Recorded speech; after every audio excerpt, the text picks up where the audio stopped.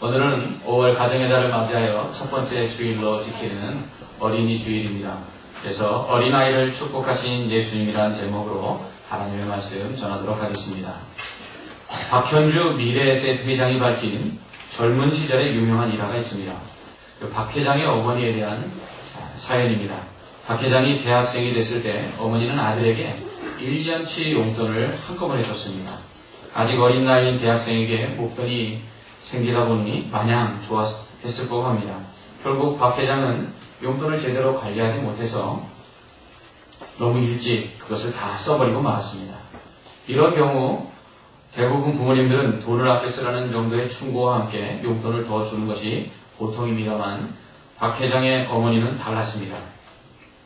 그 후에 이제 용돈을 지급하게 되는데 여기에 대해서는 차용증을 쓰게 했습니다. 그리고 이자를 붙여 갚도록 했습니다. 돈의 소중함뿐만 아니라 계획적인 관리의 중요성을 아들이 깨닫도록 하려는 어머니만의 교육인 셈이었습니다. 이런 가정교육을 통해 박 회장은 돈, 금융, 저축 등에 대한 개념을 젊어서부터 머리와 마음속에 새길 수 있었다고 합니다.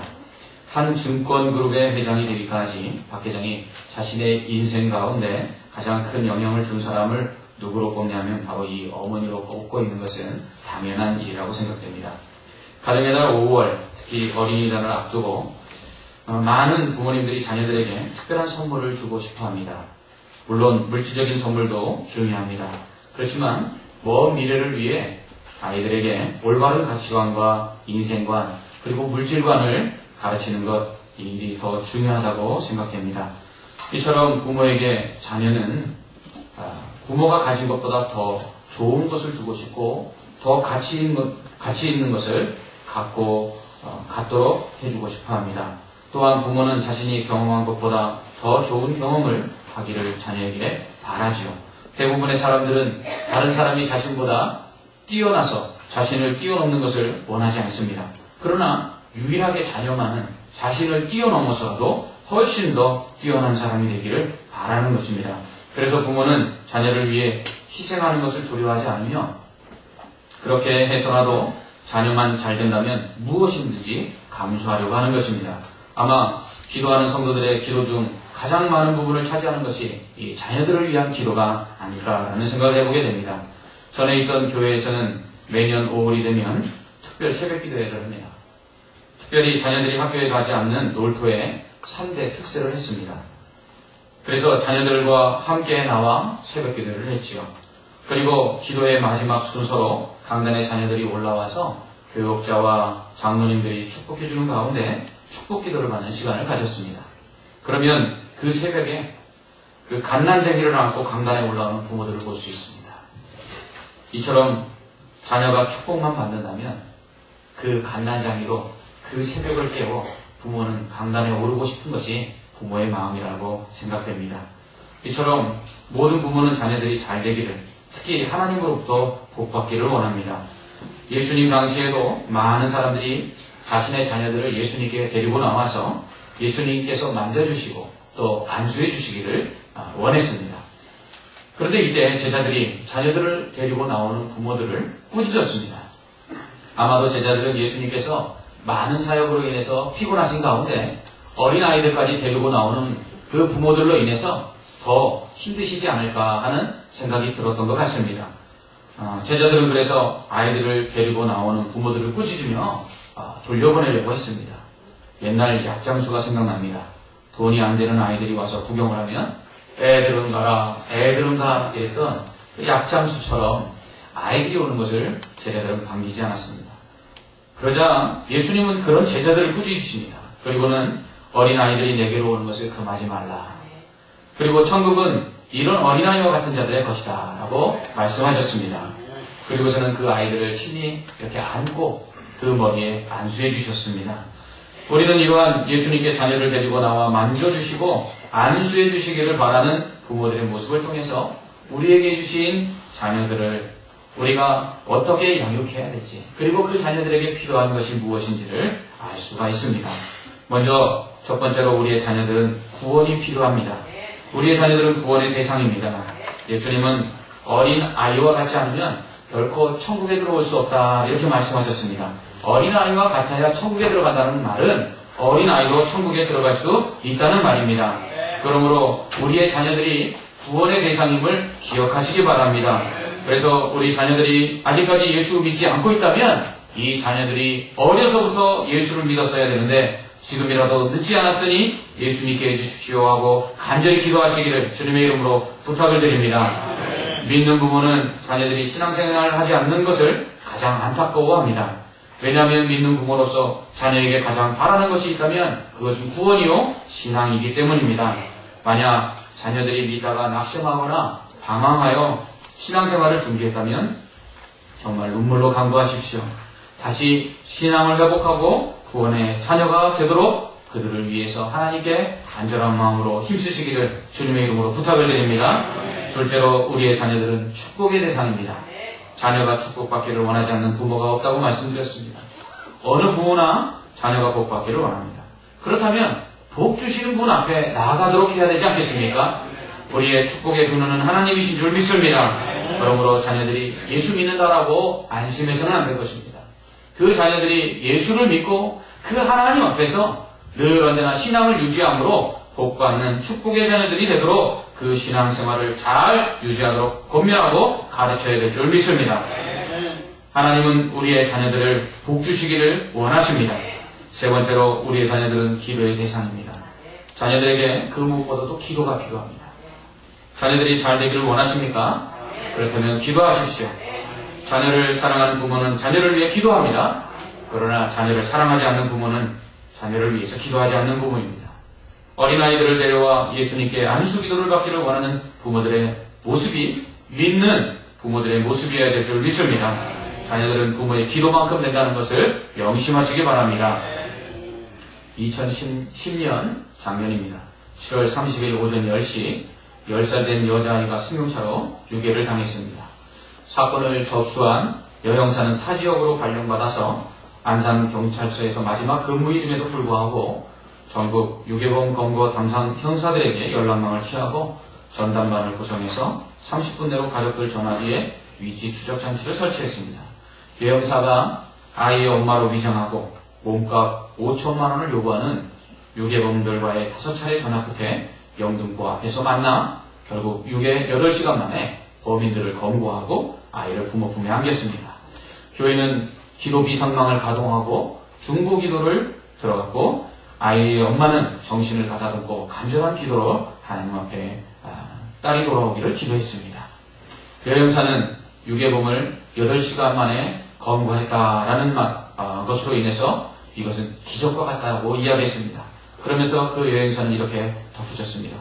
그동안 하나님을 믿을까 말까 했는데 아이 엄마의 신속한 신고와 오직 기도하는 침착성과 믿음을 보고 하나님이 도우셨다는 것을 알게 되었습니다.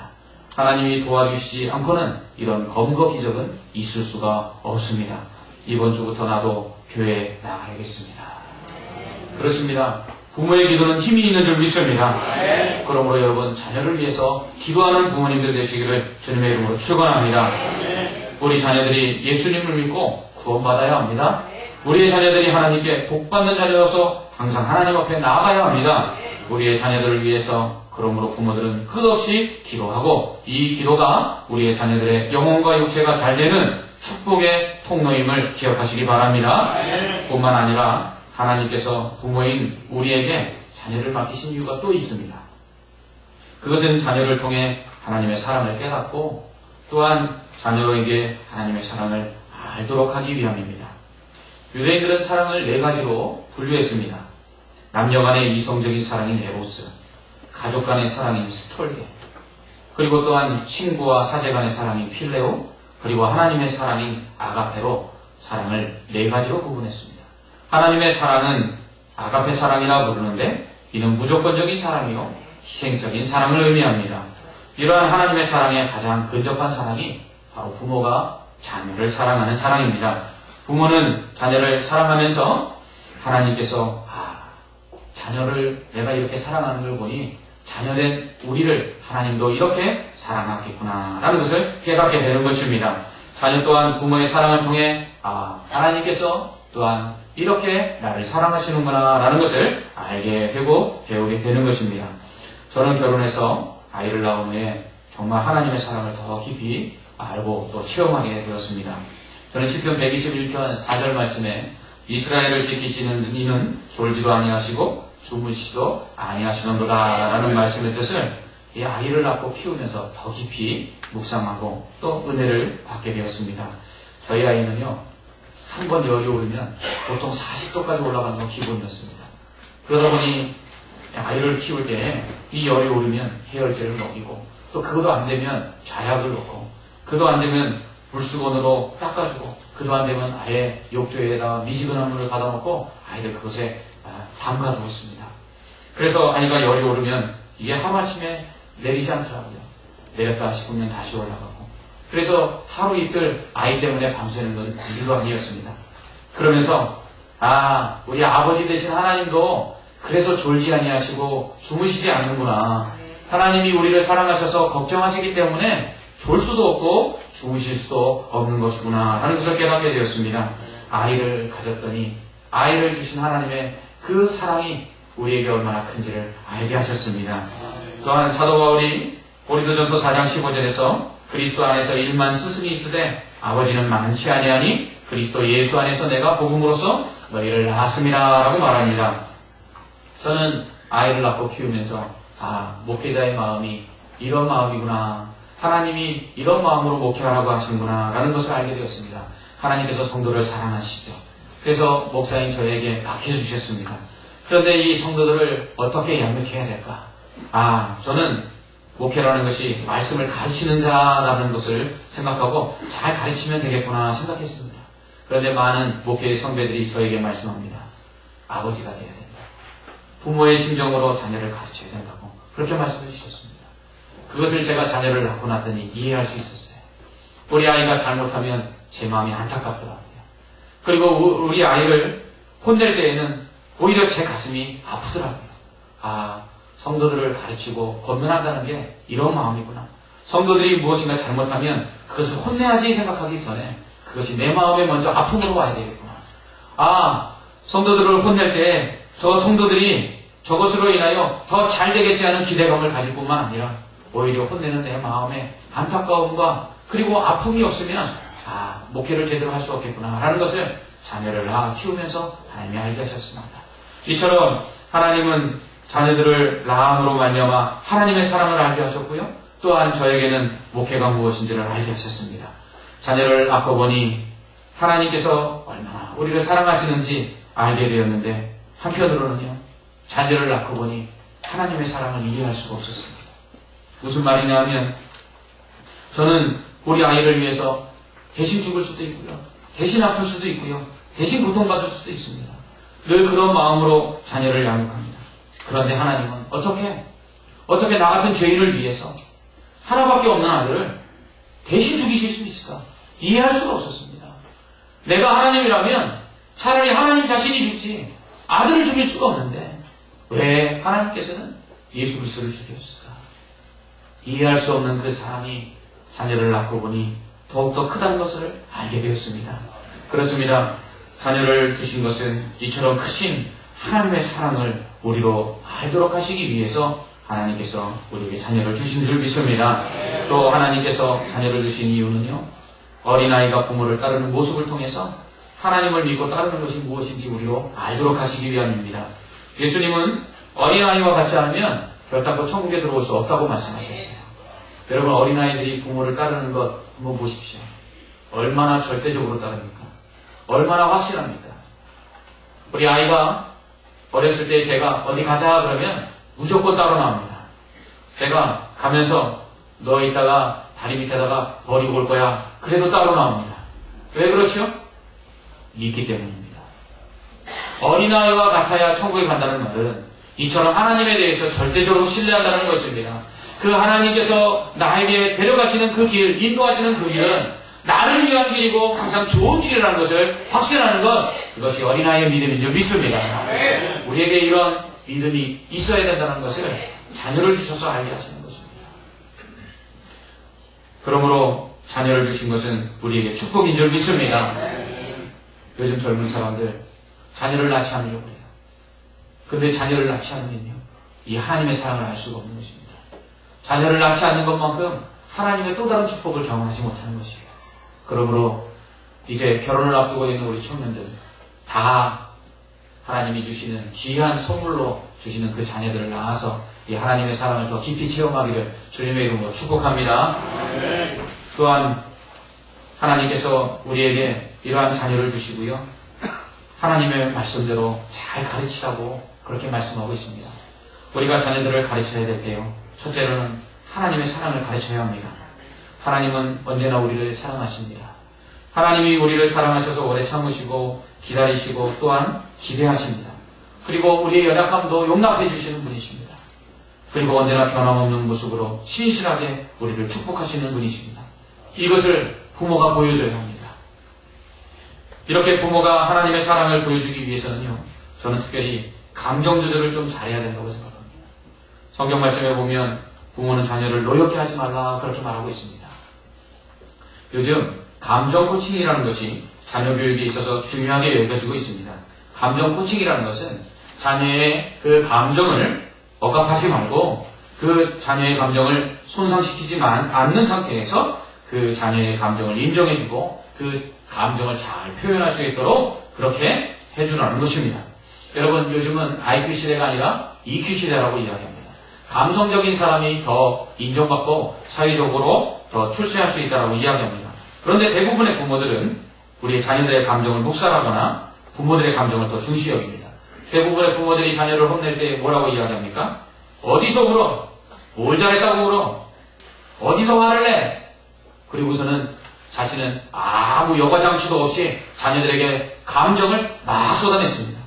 그러면서 아이들은 무엇을 배우게 됩니까? 아하, 감정은 사람에 따라서 드러내고 나타내는 것이 달라야 되는구나. 이 감정이 좋은 것이라는 것을 배우는 것이 아니라 감정을 억압하고 통제하는 것을 배우는데, 문제는 감정을 드러내도 되는 사람을 만났을 때에는 이 감정을 여과장치 없이 드러낸다는 것입니다. 여러분, 요즘 청소년 문제로 심각하게 대두되고 있는 것이 게임입니다. 그래서 정부에서 셧다운제라고 해서 인터넷에 접속하는 청소년들의 시간을 제한하는 법령을 지금 위원회에서 통과시켰습니다. 여러분, 그러나 컴퓨터 게임이 아이들의 감정을 잘못되게 만드는 것이 아니라는 것입니다. 가정에서 보면 부모들이 이 자녀들의 감정을 손상시키고 있습니다. 그래서 아이들이 분노를 참지 못하는 아이들로 길러내고요.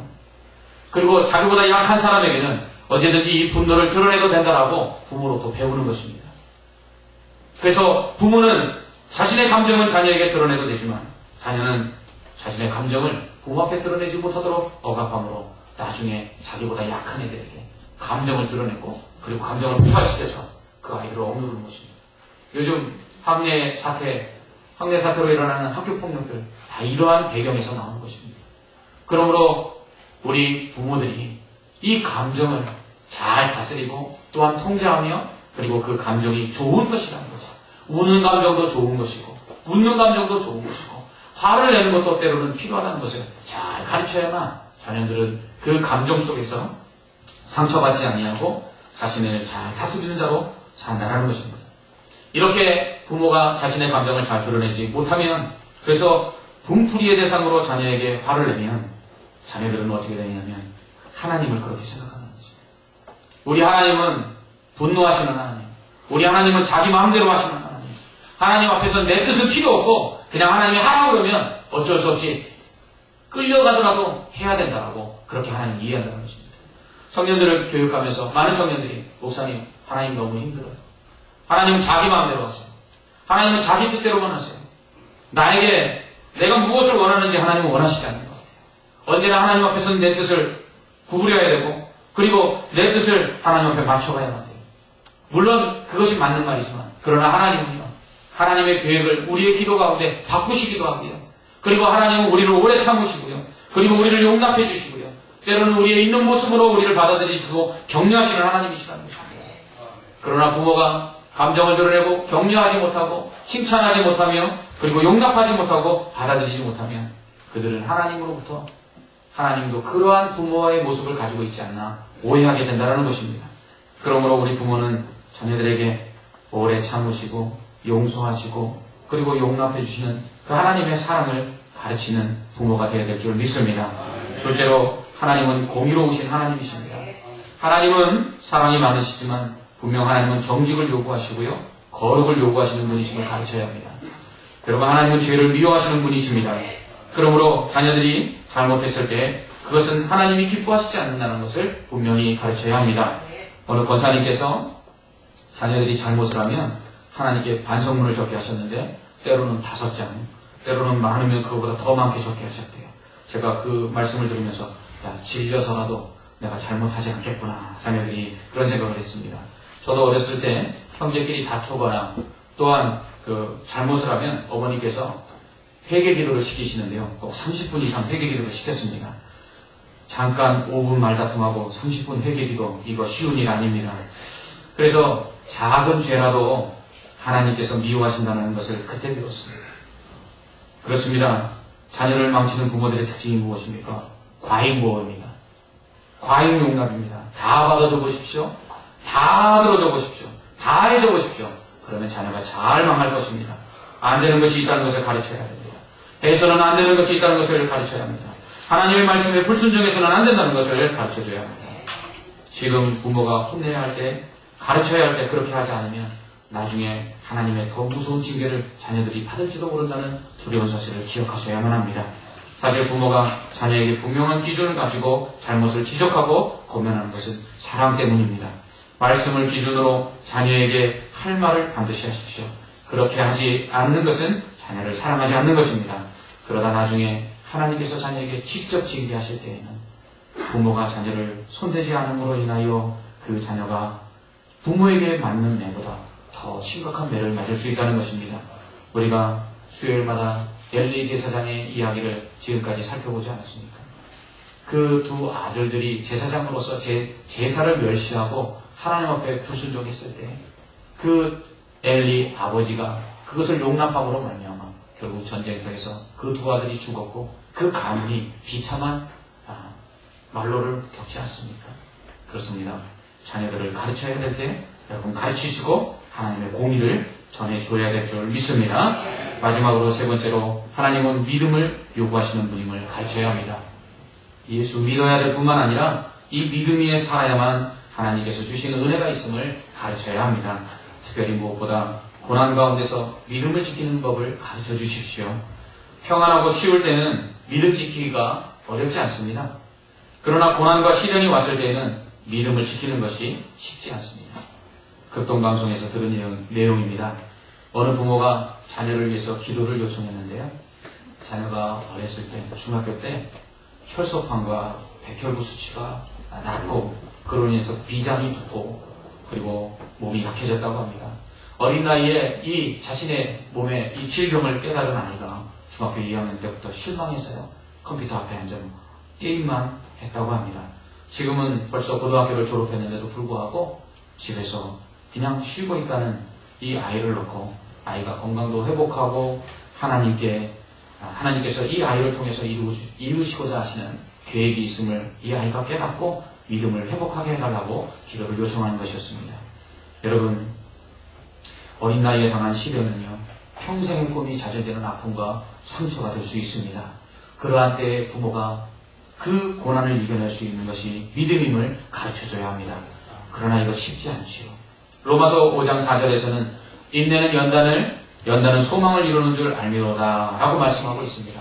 그러나 고난 가운데 인내하는 건 쉬운 일 아닙니다. 부모인 우리는 어떻습니까? 부모도 쉽지 않습니다. 그러나 부모가 이것을 보여줘야 합니다. 부모가 고난 가운데서 믿음을 지켜나가는 것을 보여줄 때 자녀는 그 고난 가운데서 믿음을 지키는 것이 무엇인지를 배우게 될 줄 믿습니다. 그러므로 부모가 어떠한 시련과 또 고난 그리고 역병이 찾아왔을 때 믿음의 분분 또 믿음을 지키는 모습을 보여주시기 바랍니다. 그러면 자녀는 고난 가운데서 고난이 오면 저렇게 이겨내는 것이구나. 고난이 오면 저렇게 믿음을 지키는 것이구나를 배우게 되는 것입니다. 여러분, 고난을 이기는 법은 기도 외에는 없습니다. 고난 가운데 기도할 때 하나님 우리를 도우시는 줄 믿습니다. 고난 가운데 기도할 때 하나님 우리에게 힘을 주실 줄 믿습니다. 그러므로 말미암아 기도를 통해서 고난 가운데 믿음을 지키는 법을 알게 되는 것입니다. 그러므로 고난 가운데 있습니까? 자녀들과 함께 그 고난 가운데 함께 기도하십시오. 그리고 자녀들에게 이 고난을 기도로 믿음을 지켜나가면 하나님께서 반드시 고난 뒤에 축복을 주실 것을 가르쳐 주십시오. 그러면 하나님께서 그대로 이루실 줄 믿습니다. 가정의 달 5월을 맞아 첫 번째 주일인 오늘 어린이 주일입니다. 우리에게 주신 자녀는 하나님의 선물입니다. 여러분, 하나님께서 주신 선물들로 인하여 우리의 자녀들로 인하여 정말 기쁘고 감사하십니까? 우리의 자녀들은 구원받아야 될 구원의 대상입니다. 자녀들이 구원받을 때 부모에게 기쁨과 감사가 될 줄 믿습니다. 자녀들은 축복의 대상입니다. 그 자녀들이 하나님 앞에서 날마다 복을 받을 때 부모는 기쁨과 감사가 넘칠 줄 믿습니다. 또한 자녀들은 하나님 앞에서 기도하고 또 하나님께서 기도하는 자에게 복을 주시는 것을 배워야 되는 대상들입니다. 우리가 자녀들을 위해서 기도할 때 하나님께서 기도 가운데 우리들에게 얼마나 큰 복을 주시는지 자녀들이 알게 될 줄 믿습니다. 여러분, 자녀를 사랑으로 잘 양육해 주십시오. 하나님께서 주신 선물로 하나님의 사랑을 깨닫게 하시고 또한 하나님의 사랑을 알게 하는 선물인 줄 알아 그 자녀들을 더욱더 잘 가르칠수록 더 사랑할수록 하나님의 깊은 사랑을 누릴 뿐만 아니라 우리가 그렇게 자녀를 잘 양육하여서 우리의 자녀들이 우리 부모들로 인해서 하나님께서 주시는 축복과 그리고 기도의 응답을 받는 놀라운 은혜가 있기를 주님의 이름으로 축원합니다. 기도하겠습니다. 하나님, 은혜와 사랑을 감사합니다. 오늘 어린이 주일을 맞이하여서 우리에게 주신 자녀들 하나님의 선물인 줄 알아 이 시간 감사하며 그리고 이 자녀들을 어떻게 양육할까에 대해서 말씀을 배웠습니다. 하나님, 믿음으로 양육하게 하여 주시옵소서. 사랑으로 양육하게 하여 주시옵소서. 하나님, 하나님의 공의를 가르치게 하여 주시옵소서. 하나님, 그렇게 될 때 이 자녀들이 부모들의 그 가르침 속에서 하나님 구원을 받으며 축복을 받으며 하나님 모든 기도하는 대로 하나님의 복을 받는 은혜가 있게 하여 주시옵소서. 우리 믿음의 본속들의 모든 자녀들이 이러한 큰 복을 받을 줄 믿사오며 예수님 이름으로 기도합나이다. 아멘.